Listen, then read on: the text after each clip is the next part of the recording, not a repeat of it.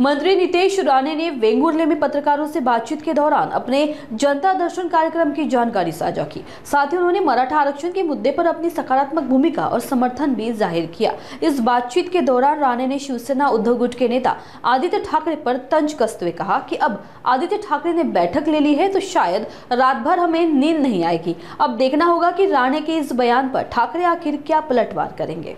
झाल्यावर मी तेव्हाच जाहीर केलेलं होतं की मी प्रत्येक तालुका न्याय लोकांना भेटण्यासाठी आणि लोकांचे प्रश्न सोडवण्यासाठी मी जाणार आहे।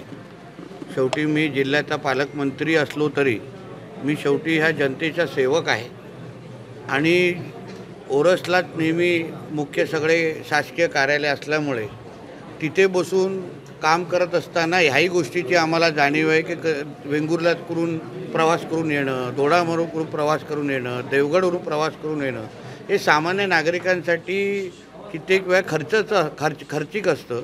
त्यांना प्रवासाचा खर्च लागतो आणि म्हणून ते प्रशासनाकडे येण्यापेक्षा प्रशासन त्यांच्याकडे जाणं ही एक आमची भूमिका आहे आणि त्याचमुळे आज वेंगुर्ल्याच्या तहसीलदार कार्यालयामध्ये आम्ही जनता दर्शनाचा कार्यक्रम घेतलेला आहे आणि जनतेचे प्रश्न सोडवणं, जनतेचे प्रश्न ऐकून घेणं आणि प्रामुख्याने तहसीलदार कार्यालय जे ह्या तालुक्याचं शासकीय मुख्यालय ज्याला आपण म्हणतो ते असल्यामुळे जनतेला इथले कमीतल्या कमी येण्याची संधी मिळाली पाहिजे, किंबहुना एकदा आल्यावर तोच प्रश्न सोडवण्यासाठी परत येण्याची संधीच मिळता कामा नये।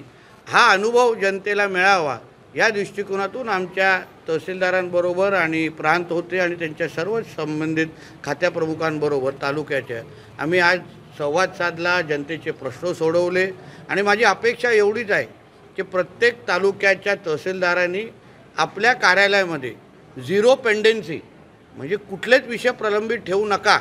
उदाहरण आमच्या राज्याचे मुख्यमंत्र्यांचं धोरणच आहे की प्रत्येक शासकीय कार्यालयाने झिरो पेंडेन्सी हा एकंदरीत प्रक्रिया राबवावी, जेणेकरून आपल्याकडे येणारा कुठलाच प्रश्न हा प्रलंबित असू नये, कुठले दाखले देण्याचे विषय प्रलंबित असू नये, जनतेचे कुठलेच प्रश्न सोडवण्याच्या दृष्टिकोनातून जास्तीत जास्त वेळ द्यावा, जेणेकरून जनतेचा विश्वास शासनावर आणि शासनाच्या अधिकाऱ्यांवर आणि प्रशासनावर वाढला पाहिजे ह्या दृष्टिकोनातून हा एक छोटासा प्रयत्न होता।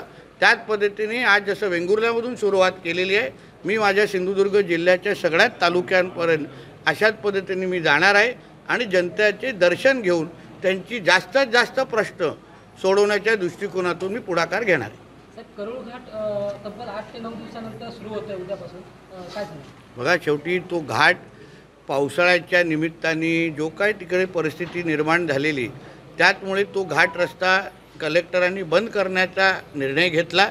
आता सगळ्या गोष्टीची एकंदरीत दक्षता घेऊन सगळ्या गोष्टीची काळजी घेऊन सगळ्या सुरक्षतेची खात्री केल्यानंतरच आता तो घाट रस्ता लोकांसाठी सुरुवात करण्यात आलेला आहे।